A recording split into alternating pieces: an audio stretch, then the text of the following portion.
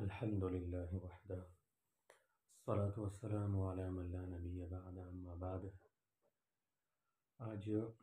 ہمارے سبق کا عنوان ہے غرر، یعنی غیر یقینی کیفیت پر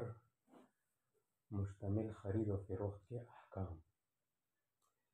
یہ ایک اہم پوائنٹ ہے، ایک اہم عنوان ہے، اس کے تحت کچھ ضروری مسائل بیان کریں گے۔ غرر جو ہوتا ہے یہ عربی زبان کا لفظ ہے، احادیث میں یہ لفظ استعمال ہوا ہے، اور غرر پر مشتمل معاملات سے حدیث میں سخت سی ممانعت وارد ہوئی ہے۔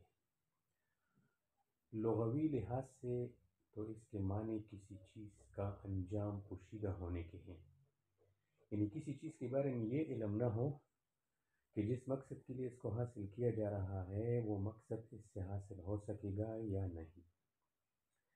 فقہی اصطلاح میں غرر کا مفہوم ہے معاملے کے مقصودی اجزاء سے متعلق ضروری معلومات کا فراہم نہ ہونا۔ یعنی اگر خرید و فروخت کا معاملہ ہے تو اس میں بیچی جانے والی چیز اور اس کے بدلے میں دی جانے والی قیمت میں کوئی ایسا ابہام، شک ہو کہ اگر اس ابہام کو، اس شک کو اسی وقت حل نہ کیا جائے اور اسی یوں ہی مجہول چھوڑ دیا جائے تو عین ممکن ہے کہ دونوں فریقین، خریدنے والا، بیچنے والا، بائع مشتری، ان دونوں کے درمیان یہ ابہام، یہ اس طرح معاملے کو مجہول چھوڑنا یہ جھگڑے کا سبب بن جائے۔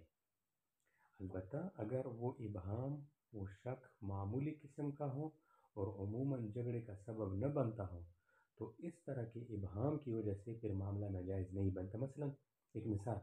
کسی حاملہ جانور کا حمل اس جانور کے بغیر فروخت کرنا جائز نہیں ہے، یہ سب کو پتہ ہے، کیونکہ یہاں جس چیز سے متعلق معاملہ ہو رہا ہے اس کا وجود یقینی نہیں، اور اگر کسی طرح مثلا آلات کے ذریعے وجود کا پتہ چلایا جائے تو بھی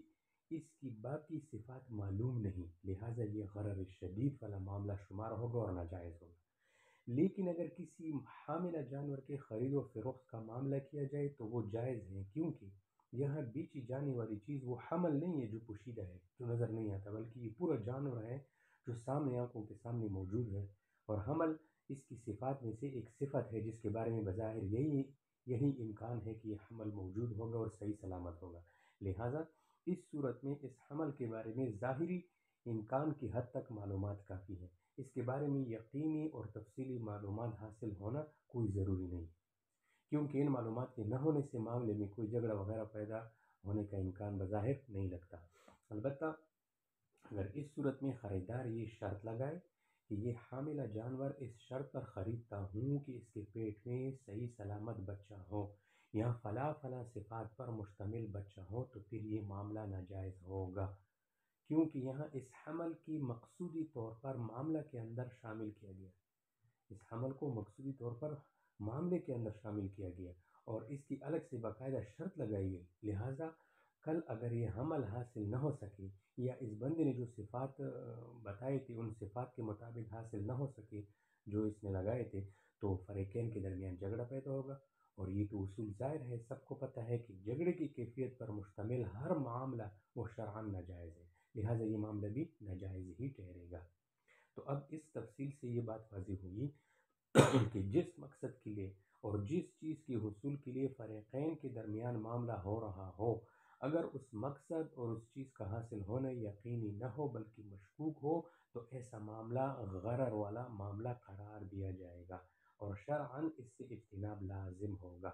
البتہ اگر کسی معاملے میں کوئی ایسا پہلو مبہم رہا ہو جو اس معاملے کی بنیادی اور مقصدی چیزوں میں سے نہ ہو تو اس طرح کے ابہام، شک سے معاملہ ناجائز نہیں بنے گا۔ اب اس کی کچھ وضاحت کریں گے۔ دیکھو، جن معاملات میں غرر یعنی غیر یقینی کیفیت موجود ہو تو اصلی لحاظ سے وہ ممنوع معاملات ہیں، اور ان کو اختیار کرنا اور ان کے تحت حاصل شدہ اشیاء کو استعمال کرنا یہ جائز نہیں ہوتا۔ البتہ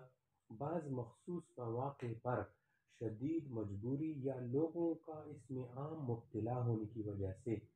اس جیسے معاملات میں نرمی کی جاتی ہے یا ان کی اجازت دی جاتی ہے تو وہ عام پر ضابطے سے ہٹ کر ایک استثنائی صورت ہوتی ہے، ایک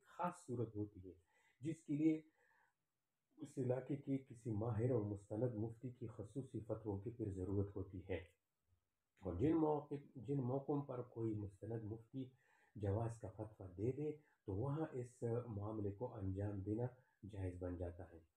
تو یہاں تو ہم وہ صورت ذکر نہیں کریں گے، بلکہ ہم عام ضابطہ کے تحت بعض ضروری مسائل بیان کریں گے۔ غرر یعنی غیر کیفیت غیر یقینی کیفیت اور مشتمل جو خرید و فروخت ہیں، ان کی جو مسائل ہیں، کچھ تقریباً 7-8 مسائل ہیں، انشاءاللہ اس کو ہم نمبر وار پر ذکر کریں گے۔ اس سے یہ مسئلہ اور بھی واضح ہو جائے گا۔ امید ہے کہ اتنی بات آپ حضرات کو سمجھ آئی ہوئی ہوگی۔ اگلے درس میں انشاءاللہ پھر وہ مسائل نمبر وار انشاءاللہ ذکر